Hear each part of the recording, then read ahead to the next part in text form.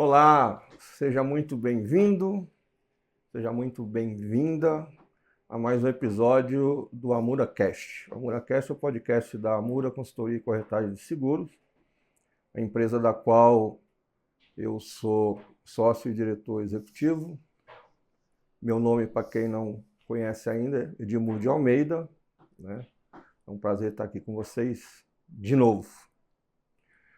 Hoje eu tenho a honra de estar recebendo a Ana Rita Petraroli, doutora Ana Rita Petraroli, né? Melhor corrigindo. A gente já é amigo de mercado aí há um bom tempo, colega de mercado há muito bom tempo. Eu e a Ana Rita fomos diretores bastante tempo lá na Academia Nacional de Seguro e Previdência. Hoje, né, ela é conselheira, eu estou na diretoria, ela é conselheira, né? Deixou um legado muito importante para a gente, deixa um legado, continua deixando. Né? A Ana Rita também foi presidente da AIDA, né? AIDA Seção Brasil, e também ela é vice-presidente da Comissão de Direito de Seguros da OAB São Paulo. Né? Hoje a gente vai bater um papo aqui bem descontraído, que é a nossa característica, sobre educação financeira e seguros. Né?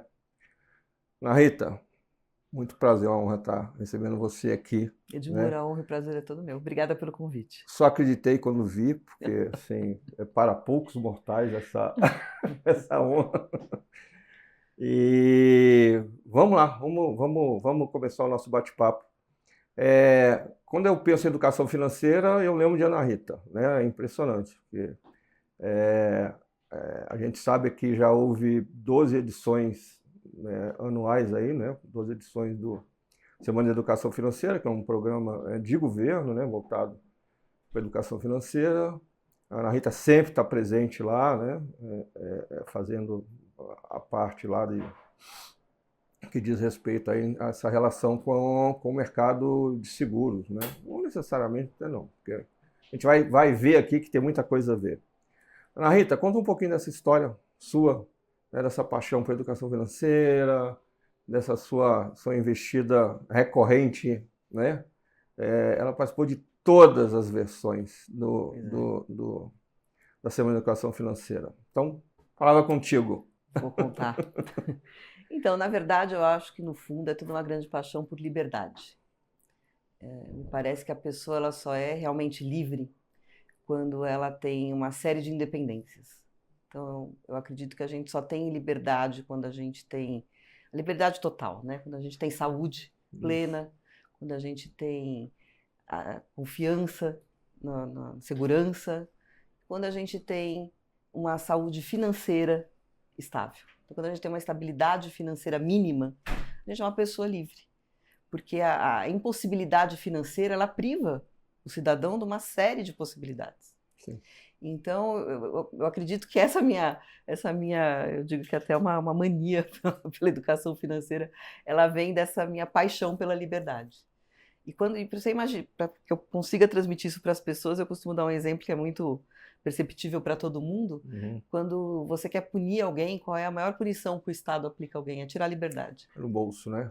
É a liberdade, não, você tira a liberdade, né? Você prende a pessoa. Ah, sim. Então, a liberdade, para mim, ela é o maior dos direitos e das garantias que você pode conceder ao cidadão, né? Porque é a única que você pode tirar do cidadão, das maiores delas. Então, aqui no nosso país. Então, a educação financeira, ela vem num sentido muito amplo para trazer esse cidadão para a cidadania completa.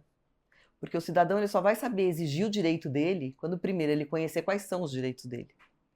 E, segundo, quando ele tiver o conhecimento da amplitude de onde isso pode encaminhar. Aonde ele pode chegar com todo esse conhecimento. E quando a gente fala de educação financeira, Edmur, pode parecer um conceito extremamente complexo. Sim. As pessoas podem pensar em juros compostos, né? Podem pensar em aplicação na bolsa de valores, em criptomoedas, podem pensar em blockchains, né? Em todas essas palavras aí da moda que acabam aparecendo em grandes manchetes de jornais, mas na verdade, quando a gente fala em educação financeira, a gente fala de conceitos. E esses conceitos, no fundo, eles são muito simples. E quando a gente traz para dentro do seguro, eles ficam mais simples ainda. A gente estava agora, semana passada, eu fui dar uma palestra no Banco Central, na Semana de Educação Financeira, e falava isso na minha apresentação. Que para a gente levar para os bancos escolares a educação financeira, você obviamente não vai levar os conceitos atuariais do seguro. Você não vai levar os conceitos complexos da ciência atuarial, nem o clausulado, né, muito extenso aí que existe nas apólices de seguro. Mas você vai levar o quê? O princípio do seguro. Vamos lá, o primeiro princípio do seguro, mutualismo. Como você vai levar isso para a criançada, né? Tem uma frase aí, um livro que todos nós conhecemos, que é Os Três Mosqueteiros, né? Um por todos, todos por um. Não tem um princípio melhor que esse para você explicar mutualismo para alguém? Não tem, é um conceito muito simples, que qualquer criança vai conseguir compreender, onde você consegue fazer com que ela entenda o porquê desse relacionamento entre pessoas, onde uma vai suportar a outra dentro de um incidente financeiro. E o seguro, e isso também é importante que eles entendam e que isso seja passado para as pessoas, que todo incidente que gera um prejuízo, se você tiver um seguro, lógico que você não vai recompor exatamente o que você tinha. É muito importante que as pessoas saibam disso. Sim. Que todo sinistro traz com ele uma perda. Eu tenho uma amiga que diz que ela teve uma perda total no carro dela, ela recebeu a indenização bonitinha do carro dela, mas ela tinha um adesivo naquele carro que ela amava de paixão, que tinha sido um adesivo que foi dado pela mãe dela que faleceu logo em seguida, e o adesivo não foi recuperado. Então, todo sinistro implica numa perda. Aí eu tenho uma amiga que fala, não, mas a Previdência não tem perda nenhuma. Quando você recebe, claro que tem, você ficou velho, né? Assim, todo sinistro tem uma perda. Não pensem que existe sinistro sem perda, porque não existe. Verdade. O que o seguro faz é o quê? É te dar a possibilidade de continuar. É a possibilidade da continuação, do recomeço, da mantença. E este conceito é muito importante. Aqui no Brasil, a gente tem alguma dificuldade de passar esses conceitos um pouco para a população, porque vão imaginar num lugar onde as estações do ano são muito bem definidas. Então, o conceito da poupança, né? O conceito da poupança num lugar assim é muito simples, porque a pessoa sabe que se ela não poupar sementes, comidas, alimentos durante as épocas de verão e primavera, no inverno ela não vai ter onde buscar esses alimentos. A situação dela em alguns lugares do mundo, hoje não tanto assim, mas por muitos e muitos anos, a locomoção era impossibilitada. É o clima ajudando nesse conceito. Né? Exatamente. Então ela sabia que ela tinha que poupar para que naquela época, né, mais de inverno da vida, o que acontece com nós, seres humanos? A nossa época de verão e primavera é quando? A nossa mocidade, né? A nossa época útil, a nossa época ativa da nossa vida. Útil não, né? Que palavra feia, porque a gente fica velha, a gente continua sendo útil. Mas a época de atividade financeira da nossa vida. Com o passar do tempo, a gente vai entrando o quê? No inverno da nossa vida. Se a gente não poupou lá no nosso verão, como que vai ser no nosso inverno? Só que esse é um conceito que, para o brasileiro, a gente vive muito do consumo imediato. Isso. A gente não pensa muito no amanhã. A gente prefere usufruir o hoje. Então é muito confuso para o brasileiro. Nós somos um povo muito festeiro, muito acolhedor, muito imediatista. A nossa geração veio de uma época de inflação. Inflação altíssima. Altíssima. A gente não tem o conceito da poupança. A gente tem o conceito de eu vou comprar hoje porque amanhã vai ser mais caro. Então é preciso mudar esse conceito que está enraizado na gente, para que a gente possa transferir para as novas gerações. As minhas filhas já não têm nem ideia do que é isso.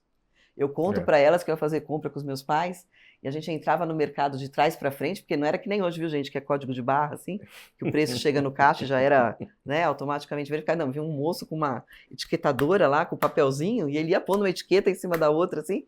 Então a gente corria no corredor do supermercado e pegava o produto antes dele mudar a etiqueta. Mudar de preço. E mudava, acho que, sei lá, 3 vezes por dia a etiqueta no mesmo corredor. Era uma loucura, são coisas que hoje em dia a gente nem imagina. A gente está aí falando de uma inflação que era galopante. Exatamente. E estamos falando aí de 30, 40 anos atrás. Então, são conceitos que no Brasil ainda são muito novos. Verdade. Então, acho que cabe a nós, geração que viveu isso, passar esses novos conceitos para essa geração que está vindo. E isso tem que começar de pequenininho. Tem que começar com conceitos simples, conceitos de contas básicas. A pessoa que não faz conta básica, ela sofre a vida inteira. A pessoa que não tem uma boa compreensão de texto, ela não vai entender um conceito básico de nada. Quantas pessoas a gente vê hoje no WhatsApp, né? A gente se comunica aí por WhatsApp que são incapazes de mandar um texto. Elas mandam áudio. Por quê? Porque a escrita do texto para elas e a leitura do texto é muito difícil. Nós temos hoje uma quantidade de analfabetos funcionais gigantesca no Brasil. Então, quando a gente fala de educação financeira, a gente não está falando de coisa complexa. A gente está falando do básico. A gente está falando do princípio. A gente está falando daquela coisa que eu comentei com você que antes do programa começar, que meu pai fez comigo, que ele me deu uma cadernetinha quando ele foi me dar a primeira mesada, que não tinha, né, gente, computador, iPad, sistema, aplicativo, nada disso. Ele me deu lá uma cadernetinha e falou, então agora você vai por aqui, o valor da mesada, que eu juro que eu nem lembro que dinheiro que era, ou que valor que era, mas você vai por aqui no canto quanto você recebeu, o dia que você recebeu, o que você gastou, quanto você gastou, e vai fazendo a continha de menos e vai pondo aqui o valor que vai sobrando. E aí você vai ter que fazer uma conta, porque o que você quiser comprar, você vai pensar o quanto você não vai poder gastar para sobrar o dinheiro, para ir guardando para comprar alguma coisa. E é um conceito que hoje em dia a gente está ao contrário, né? Porque a gente tem o cartão de crédito. Então a gente fala, não, eu vou parcelar no cartão e vou comprar coisa hoje para pagar depois. Pagar depois. Isso é um conceito completamente inverso da educação financeira. A educação financeira ensina pra gente o quê? Eu vou poupar para comprar à vista porque eu vou pagar menos. Uhum. Mas o nosso conceito de viver o hoje, de não pensar no amanhã, faz com que eu vá lá, passe o meu cartão de crédito e deixe as parcelas, elas que lutem. Eu acho que, assim, não sei se eu vou falar, me corrija, um dos preconceitos em relação à educação financeira é quantidade de dinheiro. Precisa ter um dinheiro grande para eu fazer uma gestão. Não tem nada a ver, né, Ana? Nada a ver. Muito pelo contrário. O grande segredo da poupança, a gente não fala todo mundo, a gente não fala muito assim, o tempo passa rápido. Nossa, como o tempo está passando rápido. O grande conceito da poupança é o tempo, não é o quanto. A constância e o tempo. Uhum. Mesmo que seja pouco, o pouco, constante, por um longo tempo, ele vira muito. Vira muito. Então, o grande segredo de você poupar e você ter um valor que seja suficiente para que no futuro você tenha essa garantia, é exatamente esse conceito da constância ao longo do tempo. Uhum. Se a pessoa falar, não vou nem guardar R$500 esse mês, porque R$200, não vou guardar R$200 porque é muito pouco, não vai adiantar nada. Mas se eu guardar R$200 todos os meses por 10 anos, isso daqui 10 anos vai ser... mas daqui 10 anos... Gente, a gente tem hoje uma perspectiva de vida extremamente longeva. Verdade. Dentro do direito, você sabe que a gente tem estudado muito a questão da herança, né? As pessoas hoje têm contestado, têm pensado e estudado que herança vai ser uma coisa que vai deixar de existir. Porque nós vamos viver tanto que nós vamos consumir todo o dinheiro que nós produzimos durante a nossa vida ativa. Nós vamos ter pessoas com 120 anos, com filhos com 90 anos, com netos com 70 anos. Então nós vamos ser 3 gerações de idosos. Bisneto de 50. Bisnetos de 50. Nós seremos 3 gerações de idosos convivendo. Então ninguém vai mais poder contar com a herança de ninguém, porque vai estar todo mundo consumindo seu próprio dinheiro. Mais importante, então, que a educação financeira se faça presente para que a própria pessoa constitua a capacidade dela de sobreviver dignamente do ponto de vista financeiro. Sem dúvida nenhuma. E assim, com qualidade, né? Porque vai ser na velhice que você vai ter um plano de seguro, saúde, que vai custar mais. Vai ser na velhice que você vai precisar consumir mais medicamento. Vai ser na velhice que talvez você precise de um cuidador. Uhum. Vai ser na velhice que talvez você precise comprar uma cadeira de roda, uma bengala, usar fraldas. Enfim, a gente tem que falar disso, né? Nós vamos viver mais, Sim. É uma possibilidade na nossa vida. E vai ser na velhice que para você ter uma velhice com dignidade, você vai ter um custo muito maior do que talvez a sua receita. Uhum. Então você vai precisar de um colchão que lhe dê essa sustentação. E o que eu queria de deixar de mensagem, de verdade, é que essa continuidade, mais importante do que fazer sempre, é se um dia você não fizer, no dia seguinte você voltar a fazer. Então eu comecei a poupar. Poupei, consegui 200, 150, 200, 150. Esse mês não deu. Putz, esse mês não deu. Esse mês também não vai dar mais. Não. Volta. 150, 200. Não deu. Não faz mal. No outro você volta. Não desistir. Eu acho que mais importante até do que a constância é a não desistência. É você persistir naquele seu projeto. E um mês que você pôde mais, deposita mais. Acredita que isso vai ser necessário no seu futuro. Faça um cálculo e use isso de forma racional. Eu nunca vou esquecer uma vez uma entrevista com o Jorginho Guilherme. Para quem não sabe, o Jorginho Guilherme foi um milionário, Sim. Que é o dono do terreno onde foi erguido ali o Copacabana Palace, né, no Rio de Janeiro, a família dele. E ele fez uma conta, porque ninguém na família dele sobreviveu aos 70 anos. Todos morreram antes dos 70 anos. E ele fez uma conta de vida, dizendo vou morrer aos 70 anos, calculou a fortuna dele para morrer aos 70 anos. Acontece que ele sobreviveu. E ele Ainda bem, quando ele negociou com o Copacabana Palace, ele tinha um quarto no hotel, mas era tudo que ele tinha. Ele tinha um quarto, ele morava no Copacabana Palace, mas era tudo que ele tinha. Morava bem. Morava bem. Mas assim, ele não se contou com a sobrevivência.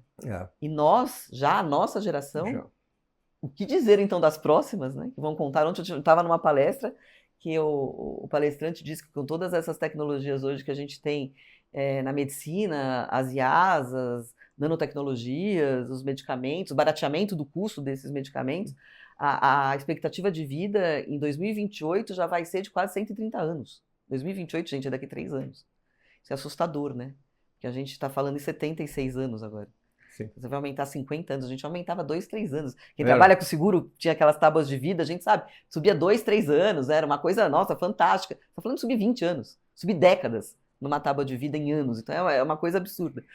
E você tem que pensar isso. A gente, quando eu era criança, eu via meus avós aposentados com 55 anos. Verdade. Se você pensar que a pessoa vai viver até os 130, você está falando de uma pessoa que trabalhou dos 18, porque hoje ninguém pode trabalhar com menos de 18, né? Então trabalhou dos 18 aos 60, porque hoje também ninguém se aposenta aos 55 mais, mas trabalhou dos 18 aos 55, aos 60, vai? Então trabalhou lá 42 anos e vai viver dos 60 aos 120, 60 anos sem trabalhar. Então, assim, a conta não fecha, né? Então, assim, a gente sabe que a gente vai trabalhar muito mais e que a gente vai ter que ter essa consciência de que a gente vai ter que poupar muito mais e que a gente vai ter que ter essa consciência que a gente vai ter mais amanhã do que hoje e que o hoje vai ter que ser uma coisa muito mais bem pensada e planejada, mais equalizada. E isso vai começar onde? Quando a gente é criança.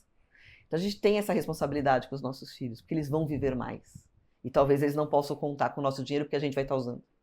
Então a gente tem que ter essa responsabilidade para com eles. E você acha que a gente pode dizer que a educação financeira é de interesse público? Deveria ser uma política pública? Por quê? Estou viajando aqui. Não acontecendo é um ônus para o Estado. Sim, deveria ser crime de responsabilidade. Nossa, piorou. Deveria, sabe por quê? Mais forte do que eu. Deveria, porque, no meu ponto de vista, a educação, ela salva as pessoas da miséria, sim, ela salva as pessoas da criminalidade, ela salva as pessoas de problemas de saúde, ela diminui. Se você anda em bairros aí menos favorecidos, você vê que muito problema de saúde seria evitado se as pessoas tivessem a consciência do lixo, verdade, a consciência do reciclável, a consciência do esgoto. Então, assim, não adianta você também achar que tudo vai ser uma solução de uma obra. Sim. A maior obra que um governo pode fazer é a obra educacional. Educação. Agora, precisa ver se é interessante, né, para o governo que as pessoas pensem, né, que as pessoas conheçam. Parece que ainda não foi. Né? É uma escolha difícil. Aqui no Brasil a gente tem ainda tateando isso com muito cuidado. Ainda. Mas a educação, para mim, teria que ser crime de responsabilidade, sim. A educação financeira ela teria que ser matéria obrigatória no currículo escolar, desde o maternal, obviamente, conceitos lúdicos, obviamente. E isso ir crescendo ao longo da educação. E lá no ensino médio, por que não? Uma educação financeira que tenha lá conceitos de contabilidade, que o aluno do ensino médio possa ajudar o pai a fazer o imposto de renda dele. Né? Por que não ter conceitos básicos ali de matemática um pouquinho mais avançada? Por que não criar cidadãos com capacidade mais ampla? A nossa mão de obra está muito ruim. Você vai contratar uma mão de obra hoje e ela é muito despreparada. Os alunos estão saindo das escolas, e eu não estou falando só de escola pública não, tá? Sim. Os alunos estão saindo das escolas e das faculdades. Eu tenho um escritório, eu tenho mais de 50 advogados no meu escritório. É difícil contratar. A gente tem dificuldade para contratar advogado. Eu tenho advogados formados, passaram no exame da OAB, não escrevem. Nós somos 12 aqui, tivemos que admitir 3 pessoas nos últimos 6 meses. Não foi fácil. Não é fácil. Para cumprir o mínimo, né? O mínimo de conhecimento que a gente achou que era ideal. Exatamente. Não foi fácil. Então, assim, você criou um programa para absorver mais alunos em escola por falta de vaga, proibindo a repetência. Então, você passa o aluno que não tem capacidade para o ano da frente. Esse aluno vai sem base. E a gente sabe que o que não tem base, você não constrói nada melhor por cima, porque ele não tem o básico. Então, ele não consegue desenvolver. E aí você cria esse aluno capenga para sempre, que vai virar um profissional capenga, que vai virar um adulto capenga. Então, qual é a nossa sorte, o que eu vejo hoje? Os alunos das escolas de hoje, eles replicam em casa o que eles aprendem. A gente vê que hoje a criança leva para casa conceitos que os pais não tiveram oportunidade de aprender. Então, me parece que hoje a gente tem dessa consciência, a gente tem dessa oportunidade, por que não? Com essa facilidade que a gente tem hoje de mídia, né? Com essa facilidade que a gente tem de chegar em qualquer lugar, em qualquer cidade, de um jeito muito barato e muito acessível. Qualquer criança hoje tem acesso a você põe uma tela dentro de uma sala e reúne ali 50, 100, 200 pessoas. Verdade. Hoje o conhecimento ele é muito mais compartilhável. Da gente poder compartilhar isso de uma maneira muito mais agigantada e fazer com que sejam agentes da distribuição dessa informação. Que essa meninada leve para casa esses conceitos. Então, trazer agentes de marketing, sabe? Marketing mesmo. A gente usa marketing para tantas coisas. Sim, gente, a gente vende sabão em pó, né? E as propagandas... Você vê propaganda de sabão em pó, você tem vontade de comprar. É verdade. Você já estava pensando nisso? Eu falei, gente, já pensou? Que loucura, né? Você tem vontade de comprar sabão em pó, é uma coisa tão absurda. Mas você vê a propaganda de sabão em pó, você fala, nossa, cheirinho de limpeza, coisa boa, vem na cabeça na hora, assim. Verdade. É marketing puro. Por que a gente não consegue fazer um marketing? Vamos vender educação. Vender educação, vender seguro.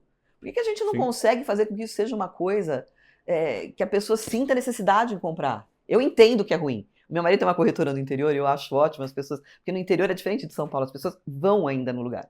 Então as pessoas entram na corretora e entram para conversar com o corretor e vão conversar lá com os corretores que trabalham com ele. E outro dia a gente estava sentado ali, entrou um senhor e falou assim pro corretor dele, então, casei de novo e eu preciso então comprar um seguro de vida. Ai meu Deus, não gosto de falar nisso, mas eu tenho que comprar um seguro de vida. Porque nós somos também um povo supersticioso. É verdade. Então as pessoas não gostam de comprar seguro de vida. Porque quando você compra um seguro de vida, você está pensando o quê? Na sua morte. Exatamente. Né? Mas tem outras possibilidades. Você pode comprar um seguro de vida que te pague em vida. Em vida. Né? Você pode comprar uma previdência que vai te pagar ali parcelas, né, na sua idade avançada. Existem outros seguros que são muito bons. Quando você tem um problema de saúde, você tem um bom seguro de saúde, gente, é muito reconfortante você chegar num bom médico, num bom hospital ser bem atendido, né? Você bater seu carro, ter um guincho que vai te socorrer, você ligar numa boa seguradora, a pessoa não perguntar qual é o seu número da apólice, né? Fazer aquelas perguntas complexas, mas te dar um bom atendimento, chegar lá o guincho com um lanchinho. Gente, faz toda a diferença. É a experiência que você está passando para o cliente. Então, eu acho que é isso que a gente tem que passar para o consumidor. É isso que a gente tem que passar para o cidadão. Ele tem que entender. Agora, um outro ponto que eu acho que também é complicado no Brasil, porque a gente não tem só um problema de educação financeira e falta de penetração do seguro por desconhecimento na baixa renda. A gente tem também uma pouca penetração do seguro em todas as faixas de renda. As pessoas não conhecem o produto seguro. Primeiro, existe um grande preconceito. As seguradoras têm uma má fama de não serem boas pagadoras, o que é uma fama muito injusta, no meu ponto de vista. Os relatórios, né, anuais da CNSEC estão aí para mostrar o quanto de dinheiro que volta para a sociedade. Se paga muito, paga bem. Tem problemas? Tem. Mas são poucos. Né? A maioria dos problemas são casos onde realmente aconteceu algum problema, alguma discussão. Mas não. Outro dia eu estava discutindo isso com um juiz e falei para ele, você acha que tem muito problema? Porque o que chega em você são só os problemas. Claro. Mas existem milhões de outros sinistros que não deram problema nenhum. Lógico que os 10 processos que você tem na sua mão, todos deram problema, mas as outras centenas que estão lá na companhia, todos foram pagos. Né? Verdade. Então é um discurso que eu acho que a gente tem que mostrar. E a gente fala pouco disso. No Brasil, a gente tem vergonha de falar de número. A gente tem vergonha de falar que a seguradora pagou bilhões. A gente fala, nossa, mas pagou bilhões? Então ela ganhou o bilhão, ganhou. São empresas que têm que ganhar, é negócio, né? Não é ONG, né? Nós somos SAs. É dever da seguradora ganhar dinheiro. Está tudo certo. Eu costumo pegar aquele relatório e pensar da seguinte forma: se não tivesse seguro, aquela conta estaria toda para nós, cidadãos. Exatamente. Porque o governo, ao bancar, se falta dinheiro, dá-lhe imposto. Não, imagina o caos. Ou coisas parecidas com isso. Imagina o caos, uma empresa que pega fogo. Né, os empregos que ela ia deixar de gerar se não houvesse um seguro. Os maquinários queriam deixar de ser vendidos porque não ia haver reposição. Os donos daquela empresa que iam deixar de ter a continuidade do negócio. As famílias todas que iam perder o seguro-saúde porque a empresa ia deixar de ter a contratação. Quer dizer, é um ciclo virtuoso enorme o seguro. Só que isso ninguém fala. Né? A gente só deixa para pensar naqueles poucos processos em que deu problema. E naqueles outros tantos que são causados pelo caos. Por exemplo, vamos falar de uma ferida. Seguro-saúde. É uma ferida. Tem milhões de ações? Tem. Por quê? Porque as pessoas querem que sejam cobertas coisas que não têm cobertura. Vamos ser muito claros com relação a isso. Eu gostaria muito de ter um helicóptero. Não tem. O que eu posso acionar para ter um helicóptero? Porque assim, a pessoa compra um seguro de saúde que dá direito para ela algumas coberturas e ela quer outras. Sinto muito, não tem. Verdade. O Seguro Universal do Brasil se chama SUS. Então você quer essa cobertura, vai pedir pro SUS. E pasmem, talvez as pessoas não saibam, existem centenas, milhares de ações contra o SUS. Porque o SUS também não cobre tudo. Sim. As pessoas parecem que desconhecem isso, mas o SUS também não cobre tudo. Se nem o SUS, que é universal, cobre, por que eu, operadora privada, tenho a obrigação de cumprir? Eu sou uma empresa com regras claras, contratuais, onde, mediante... Aliás, estava dizendo isso para uma pessoa, não sei se todo mundo sabe, vou até tomar livre, você sabe com certeza, mas vou pedir a liberdade para contar aqui para quem está assistindo o nosso programa. Porque a palavra chama prêmio, né? As pessoas estranham, ai, prêmio, por que prêmio? Porque a primeira relação de um contrato é o pagamento. Então é prêmio, vem do latim. A primeira coisa que você faz é pagar. Prima, lá nos italianos. É prima. Né? Então a primeira coisa da relação contratual é o pagamento. Então quando você faz aquele pagamento, a relação contratual ali se estabelece e você pagou um prêmio proporcional a uma cobertura. Não adianta você pagar um prêmio de 10 para ter uma cobertura de 100 e querer receber 500. É muito simples. Hoje está na moda, né, aqueles prédios, conjuntos residenciais, que é apartamento de 1, 2, 3 dormitórios. Então eu vou comprar de 1 e vou querer morar no de 3. Porque, tem apartamento de 3 nesse prédio. Eu comprei o de 1, mas eu quero morar no de 3. Vou entrar com uma ação judicial contra a construtora, falando, não, eu comprei o de 1, mas eu acho que eu tenho direito de morar no de 3. Por que eu não posso morar no de 3? Não é o mesmo conceito? Eu sei que saúde é um assunto delicado. Compreendo. É super delicado. Mas a gente não pode misturar as coisas. Uma coisa é uma coisa, outra coisa é outra coisa. Verdade. E para que o sistema não tenha o pior sistema é aquele que não existe. Então, para que o sistema continue existindo, algumas regras têm que ser claras. Perfeito. E elas não podem sofrer alterações a todo momento. Isso começa onde? Na educação financeira. Porque se as pessoas tivessem o conceito do mutualismo e entendessem o conceito primário de tudo isso, elas não entrariam com essa ação. Porque elas iam entender que se o judiciário está dando aquela cobertura para elas, quem está pagando é eu e você. Verdade. Alguém está pagando. A conta não fecha, não é de graça. Alguém está pagando a conta. Então, eu estava contando para a Ana que a gente, ao longo desses 30 anos de corretora, a gente já visitou muita empresa em que o dono é um expert naquilo que ele se propôs tecnicamente, de competência de engenharia, competência, enfim, química, médica, mas a empresa, as empresas muitas vezes sucumbiram, fecharam por falta de gestão. E aí, em gestão é amplo, mas a parte financeira, ela é significativa, ela é o pulmão, ela é o coração dessa história. Então, alguém que de infância, adolescência, fase adulta, viesse com a educação financeira boa, ao constituir uma empresa, certamente aquela empresa tem uma chance maior de sobrevida, de perpetuidade do que sem educação financeira. Sem dúvida. Aquela velha frase que a gente falou aqui antes, né? Que administro pouco, administro muito. Administra muito. Então, quando você chega diante de uma empresa, para você pensar em soluções para aquela empresa, sejam elas financeiras, e o seguro é uma ferramenta de administração financeira fantástica. Sim. Por quê? Porque ele te auxilia, né, o seguro que você trabalha muito aqui, que é o Garantia. Ele te auxilia, muitas vezes, na possibilidade de fechar contratos que muitas vezes a tua capacidade financeira sozinha não conseguiria. Perfeito. Você teria que, muitas vezes, buscar crédito a um valor altíssimo para conseguir algumas garantias, que o seguro, por um valor muito menor, vai te dar a mesma garantia, ou até maior.